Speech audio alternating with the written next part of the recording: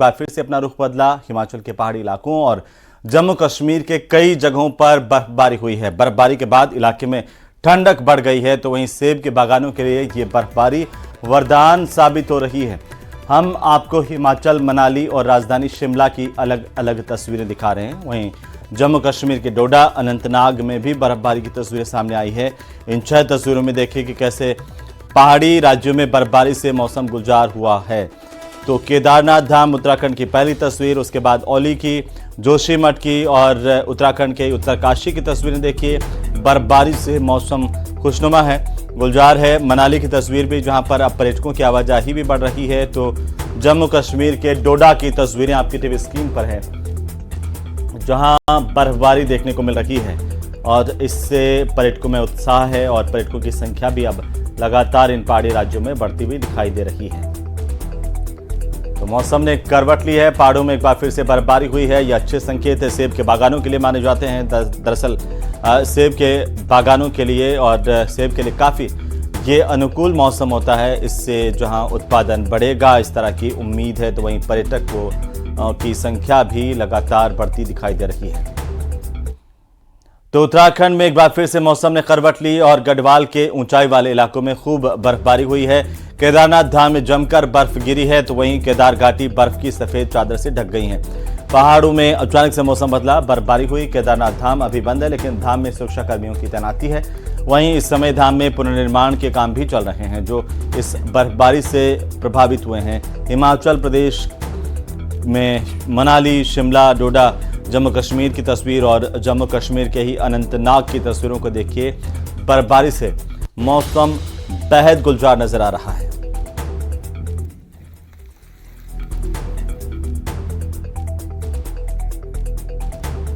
तो केदारनाथ धाम में जमकर बर्फबारी हुई है।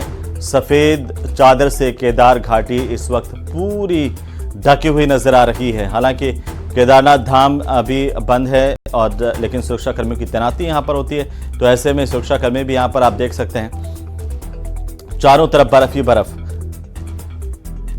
केदारनाथ धाम का ये बेहद विहंगम दृश्य, जहां बाबा केदार के चारों तरफ बर्फ की मोटी चादर आप देख सकते हैं।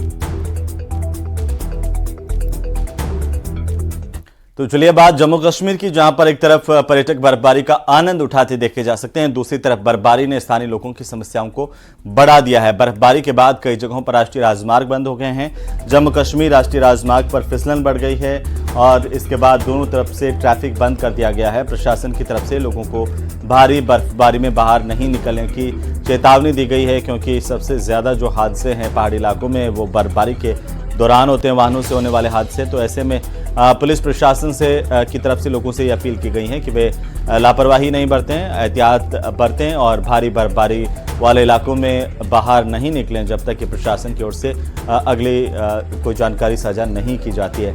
जम्मू कश्मीर में जम्मू श्रीनगर राष्ट्रीय राजमार्ग की स्थिति देखिए, यहाँ पर काफ़ी तादाद में वाहन फंसे हुए नजर आए। बर्फबारी की वजह से स्थानीय लोगों को भी परेशानी का सामना करना पड़ रहा है।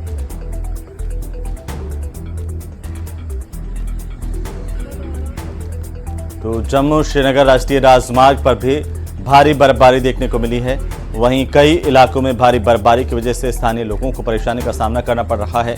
हालांकि पर्यटकों की तादाद इससे काफ़ी बढ़ गई है। इन इलाकों में खासतौर पर जो बाहर से घूमने वाले पर्यटक हैं वे बर्फबारी का आनंद लेते देखे जा सकते हैं, लेकिन ऐसे में प्रशासन की ओर से भी अलर्ट जारी किया गया है। उन्हें चेतावनी दी गई है कि वे ज़्यादा बर्फबारी वाले इलाकों में नहीं निकलें, क्योंकि उससे परेशानी हो सकती है, फंस सकते हैं। और ख़ासतौर पर जो वाहनों से होने वाली दुर्घटनाएं हैं, फिसलन की वजह से फिसलन बढ़ गई है।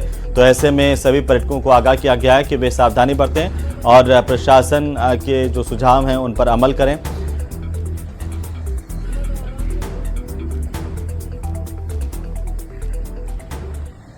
तो चमोली की बात करेंगे, जहां पर चमोली जिले में हुई बर्फबारी से औली जोशीमठ रोड पर पूरी तरह से बर्फ की सफ़ेद चादर देखने को मिल रही है और इसकी वजह से कई पर्यटकों की गाड़ियां भी यहां पर फंसने लगी है। हालांकि बाद में गाड़ियों को किसी तरह से यहां से निकाला गया, लेकिन पर्यटकों को थोड़ी परेशानी का ज़रूर सामना करना पड़ रहा है। ये तस्वीरें देखिए, जो बाहर से पर्यटक आते हैं अक्सर आमतौर पर उनको ज़्यादा परेशानी होती है क्योंकि स्थानीय जो लोग हैं वे अभ्यस्त होते हैं बर्फबारी में भी ड्राइव करने के, लेकिन जो बाहर से पर्यटक आते हैं वो वाहन चालक उनको खासी दिक्कत हो सकती है और जो फिसलन है वो बढ़ने से वाहनों की रफ्तार पर भी ब्रेक लग गया है। दरअसल कई इलाकों में भारी बर्फबारी के बाद मौसम में बदलाव के बाद वाहन फंसे हुए नजर आए। हालांकि प्रशासन की टीमें जगह जगह मुस्तैद दिखाई दी हैं और ऐसे पर्यटकों को यहां से निकाला भी गया है। कई रास्ते अब क्लियर किए जा रहे हैं।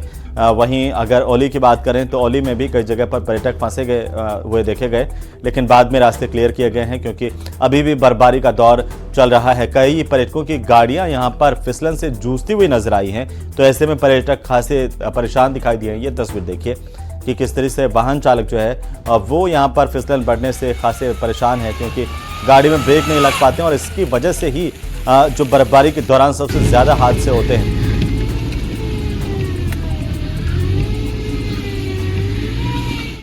नागपुर से है जी, और हमारी दो गाड़ी ऊपर फंस गई है ओली में। हमारे जो जिप्सी वाले भैया हैं राजा, वो इतनी हेल्प हम लोग की कर रहे हैं जो हम लोग को बहुत सेफली हम लोगों को नीचे तक पहुंचा रहे हैं। हम पहाड़ से ही है बट इतनी बर्फ गिरते हुए और इतनी ज़्यादा बर्फ गिरते हुए कभी नहीं देखा। ऊपर तो बहुत ही अच्छा है। जम्मू कश्मीर के कटरा की बात, जहां पर मां वैष्णो देवी के त्रिकूट पर्वत और भवन में ताजा हिमपात हुआ है और यहां पर सीजन की दूसरी बर्फबारी हुई है, जिसके बाद श्रद्धालु इसे मां का आशीर्वाद मान रहे हैं। पूरा इलाका जिसका ये विहंगम दृश्य आप देख रहे हैं, बहुत ही शानदार दृश्य यहाँ पर चारों तरफ मां वैष्णो देवी के हो गया है क्योंकि बर्फ गिरने से चारों तरफ बर्फ की सफ़ेद चादर देखने को मिल रही है। और अगर आप पहाड़ों पर देखेंगे तो पहाड़ अब बर्फ से ढके हुए नजर आ रहे हैं। कई इलाकों में ज़्यादा हिमपात हुआ है। कालका भवन की तस्वीरें हैं जहां पर पर्यटक बड़ी तादाद में पहुंचते हैं मां वैष्णो देवी के दर्शन करने के लिए। उनको भी थोड़ी परेशानी ज़रूर होगी क्योंकि बर्फबारी की वजह से यहां पर भी रास्तों में बर्फ़ गिरी है जिससे फिसलन बढ़ी है। हालांकि पर्यटक पूरे एहतियात के साथ आगे बढ़ रहे हैं, लेकिन जो लोग हैं उनका मानना है कि मां वैष्णो देवी का आशीर्वाद है कि इस मौसम में भी बर्फबारी होना, खासतौर पर पहाड़ के लिए ये अच्छा शगुन माना जाता है बर्फबारी, लेकिन बाहर के जो लोग हैं उनको थोड़ी परेशानी होती है।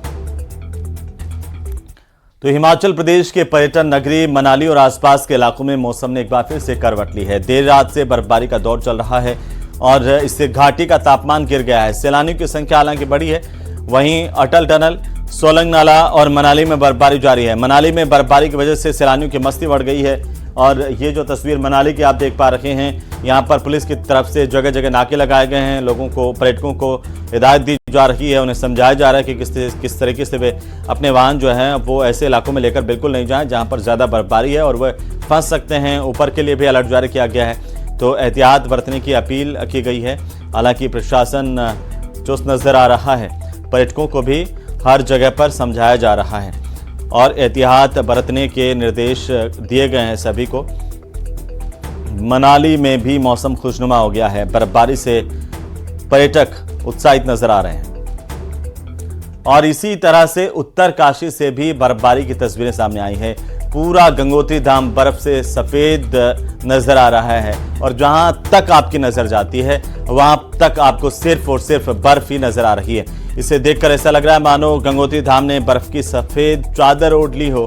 सफेद चादर में ढकी गंगोत्री धाम बेहद खूबसूरत नजारा सामने आ रहा है।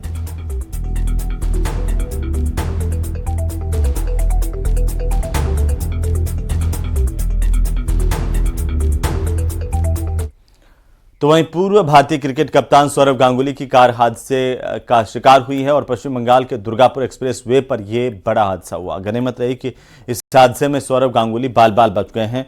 दरअसल गांगुली कार्यक्रम में जाने के लिए निकले थे। बताया जा रहा है कि दंतनपुर के पास में गांगुली के काफिले के सामने एक ट्रक आ गया था, जिस वजह से पूर्व क्रिकेटर के ड्राइवर को इमरजेंसी ब्रेक लगाने पड़े और इसी वजह से पीछे आने वाली कई गाड़ियां, जो दूसरी गाड़ियां हैं, वो एक दूसरे से टकरा गईं और उसी में एक गाड़ी में गांगुली भी सवार थे। गांगुली की गाड़ी भी थी। हालांकि वे पूरी तरह से सकुशल बताए जा रहे हैं।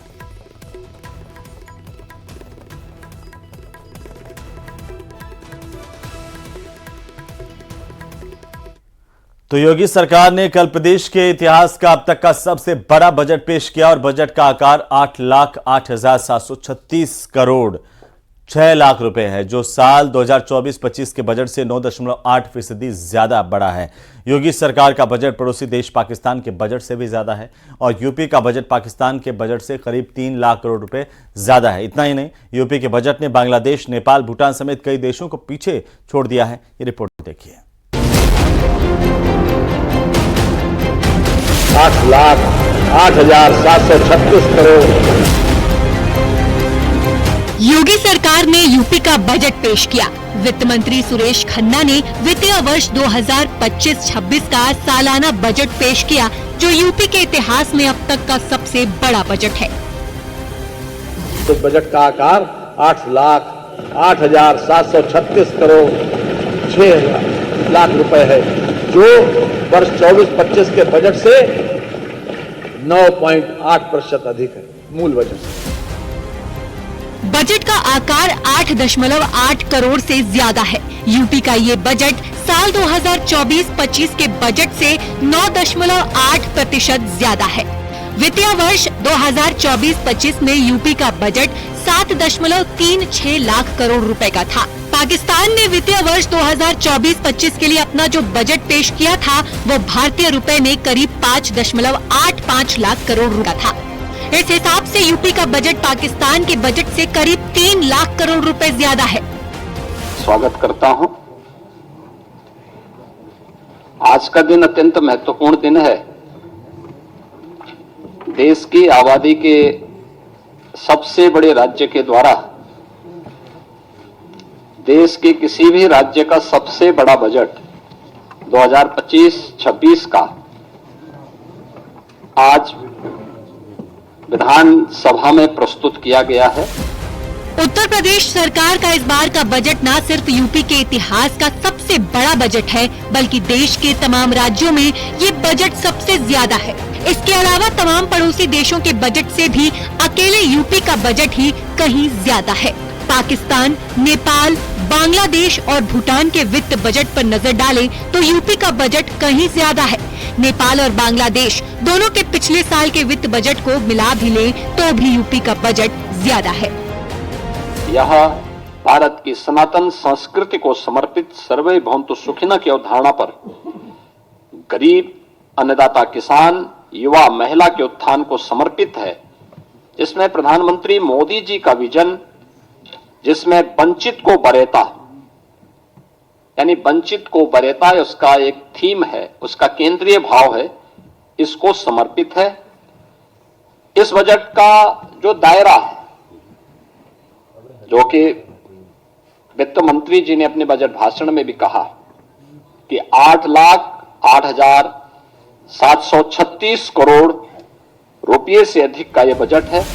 उत्तर प्रदेश का बजट देश के तमाम राज्यों से तो ज्यादा है ही, बल्कि यूपी का बजट कई पड़ोसी देशों से भी ज्यादा है। Uttar Pradesh budget 2025 8.8 lakh crore. Pakistan budget 2024 5.85 lakh crore. Bangladesh budget 2024 5.74 lakh crore. Nepal budget 2024 1.17 lakh crore रुपए। यूपी सरकार न सिर्फ यूपी के विकास और जीडीपी ग्रोथ पर लगातार काम कर रही है, बल्कि योगी सरकार का फोकस इस बार के बजट में युवा, कौशल विकास, इंफ्रास्ट्रक्चर डेवलपमेंट पर सबसे ज्यादा है। वहीं एग्रीकल्चर और धार्मिक पर्यटन के सेक्टर को भी योगी सरकार के बजट में खास जगह मिली है। न्यूज़ 18 के लिए ब्यूरो रिपोर्ट। तो वहीं महाराष्ट्र के डिप्टी सीएम एकनाथ शिंदे को जान से मारने की धमकी मिली और एकनाथ शिंदे की कार को बम से उड़ाने की धमकी भरा ईमेल मुंबई पुलिस को मिलने के बाद पुलिस अब अलर्ट मोड पर आ गई है। गोरेगांव पुलिस को एक अज्ञात व्यक्ति से धमकी भरा ईमेल मिला है। पुलिस फिलहाल इस अज्ञात व्यक्ति का पता लगाने की कोशिश में जुटी है। डिप्टी सीएम एकनाथ शिंदे को जान से मारने की धमकी भरा email Goregaon police station, JJ मार्ग पुलिस स्टेशन और मंत्रालय को मिला, इसीलिए सुरक्षा एजेंसियां फिलहाल इस मामले की जांच कर रही हैं। ईमेल में डिप्टी सीएम एकनाथ शिंदे की कार को बम से उड़ाने की धमकी दी गई। हालांकि धमकी भरा ईमेल डिप्टी सीएम की सुरक्षा से जुड़ा है, इसीलिए पुलिस इस बात की जांच कर रही है कि ईमेल कहां से आया, इसे किसने भेजा था। सुरक्षा एजेंसियां पूरी तरह से अलर्ट पर हैं और तफ्तीश जारी है। तो तो धमकी भरा ईमेल गोरेगांव पुलिस को भी प्राप्त हुआ, जिसके बाद गोरेगांव पुलिस सक्रिय हुई है। गोरेगांव पुलिस की ओर से छानबीन शुरू कर दी गई है कि आखिरकार ये ईमेल किसने भेजा था, कहां से भेजा था, क्या इसके पीछे कोई साजिश है, क्योंकि महाराष्ट्र के डिप्टी सीएम एकनाथ शिंदे को धमकी भरा ईमेल मिला है और इसके मिलने के साथ ही उनको धमकी मिलने के साथ ही उनकी सुरक्षा को भी कड़ा किया गया है। हालांकि ये पता नहीं चल पाया कि ये ईमेल किसने भेजा था, कहां से भेजा था, ये जांच के बाद ही साफ हो पाएगा। बहरहाल पुलिस जो है वो एहतियात बरत रही है, पुलिस की ओर से इसे लेकर के जांच शुरू कर दी गई है। तो रायबरेली सांसद राहुल गांधी ने मायावती को लेकर बड़ा बयान दिया। राहुल गांधी ने कहा कि मायावती चुनाव ठीक से क्यों नहीं लड़ती, हम चाहते थे बीएसपी साथ मिलकर चुनाव लड़े, लेकिन मायावती किसी कारण से नहीं लड़ी। अगर तीनों पार्टियां एक साथ होती तो बीजेपी नहीं जीतती, ये कहना है राहुल गांधी का। राहुल गांधी के इस बयान के बाद उत्तर प्रदेश की राजनीति गर्माती नजर आ रही है।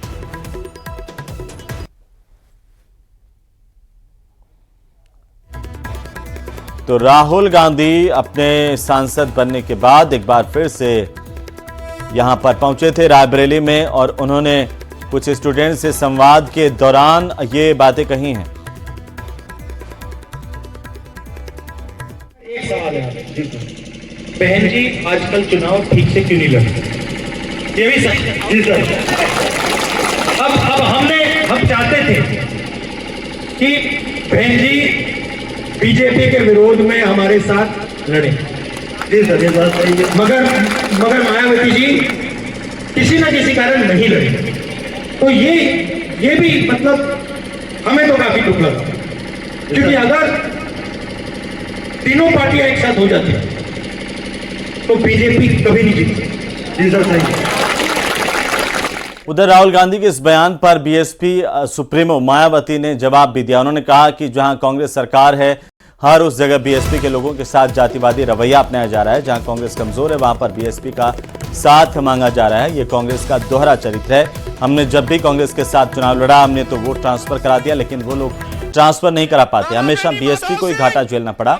कांग्रेस और बीजेपी दोनों का चाल चरित्र चेहरा बाबा साहेब की विचारधारा के खिलाफ और आरक्षण विरोधी है।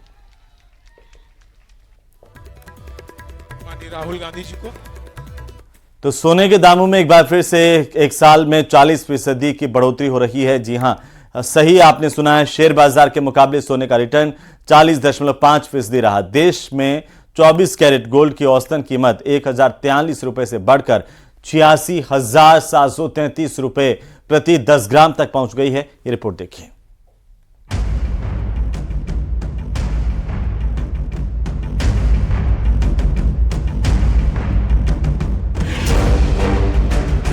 सोने ने एक साल में दिया बम्पर रिटर्न। एक साल में 25,000 महंगा हुआ सोना।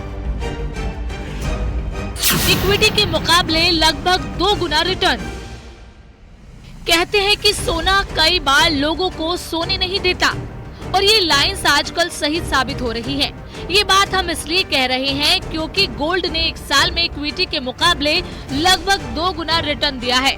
17 फरवरी 2024 से अब तक सेंसेक्स का रिटर्न 24.5% रहा, तो वहीं इसके मुकाबले सोने का रिटर्न 40.5% रहा। दरअसल बुधवार को सोना नई ऊंचाई पर पहुंच गया। देश में 24 कैरेट गोल्ड की औसत कीमत 1043 रुपए से बढ़कर 86,773 रुपए प्रति 10 ग्राम हो गई। इससे पहले 14 फरवरी को 24 कैरेट सोना 85,998 रुपए पर था। सोने का रेट पिछले साल इसी समय, इसी डेट का मैंने अभी निकाला था, तो 65,000 था, और आज के दिन में वो 89,400 और 500 की रेंज में है। प्योर गोल्ड की बात कर रहे हैं, तो ये लगभग 40% अधिक है कंपेयर टू लास्ट ईयर। इसमें थोड़ा सा हाथ इस चीज़ का भी है कि जो हमारी करेंसी है डॉलर के मुकाबले में थोड़ी कमज़ोर हुई है, लेकिन ज़्यादातर इसका श्रेय इसको जाता है कि गोल्ड एब्सोल्यूट टर्म्स में बढ़ गया है, और गोल्ड की demand as an investment tool बढ़ी है। इन्वेस्टर गोल्ड को फिजिकली भी खरीदना चाह रहा है, और इन्वेस्टर उसको अलग अलग ETF वगैरह के माध्यम से उसमें अलग ढंग से इन्वेस्ट भी कर। सोना एक साल में 24,990 रुपए महंगा हुआ है।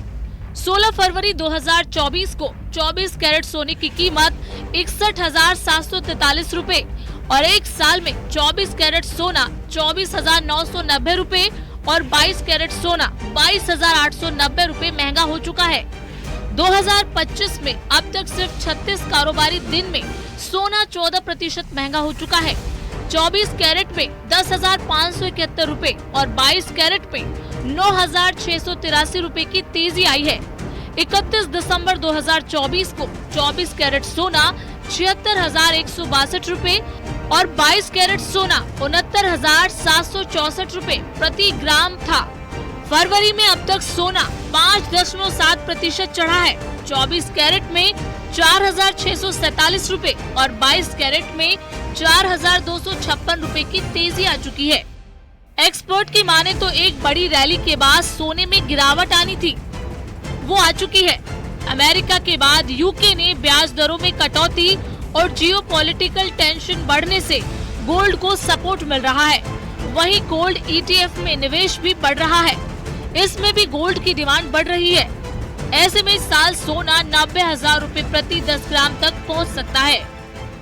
बात की जाए तो एक साल में सोने का अगर रिटर्न की बात की जाए तो 40%, चांदी की बात की जाए तो 37% और अगर सेंसेक्स की बात की जाए तो 24%। यानी कहीं ना कहीं सोना लोगों के लिए फायदेमंद है, क्योंकि सोना एक ऐसी चीज है जो आदमी के लिए कहीं ना कहीं इस वक्त वरदान साबित हो रहा है, क्योंकि एक साल में किसी भी ऐसे व्यापार में 40% का रिटर्न नहीं है।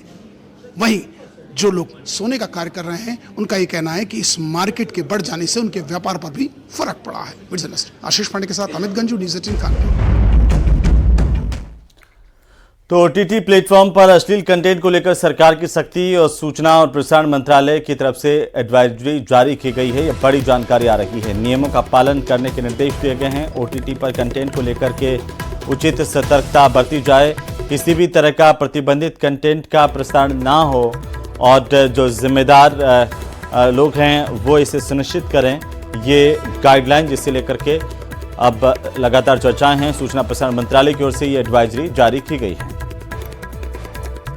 तो चलिए बात करेंगे महाकुंभ की, जहां पर महाकुंभ जैसे जैसे समापन की तरफ बढ़ रहा है, भीड़ उसी रफ्तार के साथ आगे बढ़ रही है और महाकुंभ में स्नान करने के लिए आने वाले श्रद्धालुओं की संख्या लगातार बढ़ती हुई नजर आ रही है।